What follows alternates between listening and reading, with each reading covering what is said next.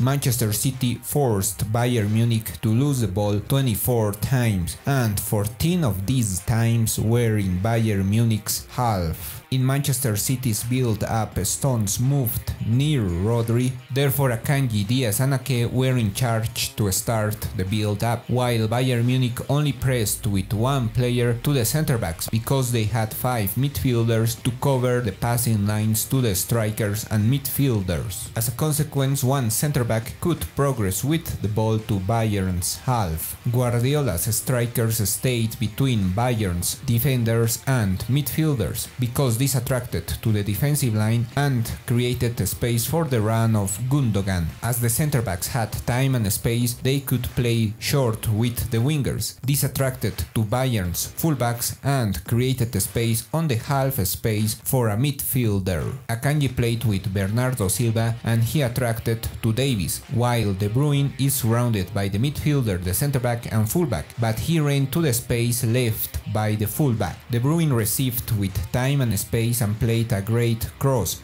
but nor Upamecano or Haaland could head the ball. When Manchester City tried to progress through the central channels, they couldn't play with Rodri or Stones because they were covered by Bayern's players, but Haaland dropped back to the midfield and created a passing line. He also dragged to one centre-back and played backwards with the midfielders. When this happened, Man City tried to progress through the wings because they tried to create a dynamic advantage on the sides. The first goal started on an offensive transition. Bernardo Silva couldn't get into the box because he was covered by 2 players, so he played backwards. When Stones received the ball, Silva was open and the passing lines to Rodri were covered. Also, Gnabry was close to him, but he started to move away from him. When Silva received the ball, he attracted one player and this created a passing line to Rodri, who had time and space on the edge of the box because Gnabry wasn't close to him. Musiala dropped back quickly and tried to steal the ball, but with a great flick,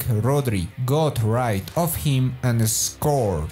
Haaland's goal started after a corner kick. Bayern Munich was defending unbalanced because Kimmich and Goretzka moved out of the box and this created a 3 versus 3, while Davies gave space to the possessor to cross the ball for Stones on the second post. Therefore, Upamecano ended up between Akanji and Haaland, who ran to the second post and scored.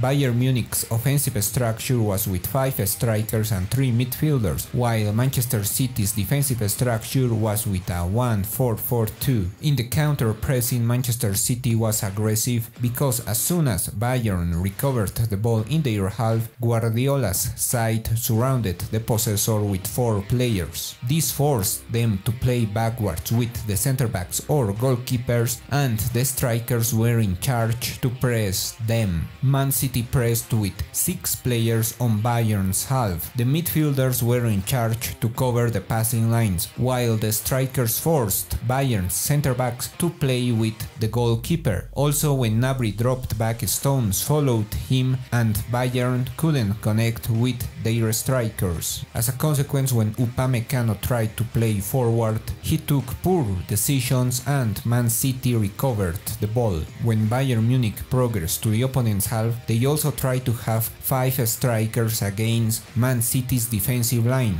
In the defensive structure, Stones played as a centre-back, therefore City had balance in defense. When Bayern tried to progress with the wingers, Man City's midfielders and defensive line were close to each other and this covered crucial spaces like the half space. In order to have more spaces in the build-up, Kimmich dropped back between the centre-backs and he was in charge to find passing lines to Musiala. However, when he received the ball, Man City's midfielders dropped back quickly and stopped him. When one player wasn't aggressive on pressing, Man City was unbalanced, therefore Bayern found passing lines to Musiala, but this time he received with space and got right of the midfielder. Man City's defensive line was unbalanced and this created space for Sané on the left side.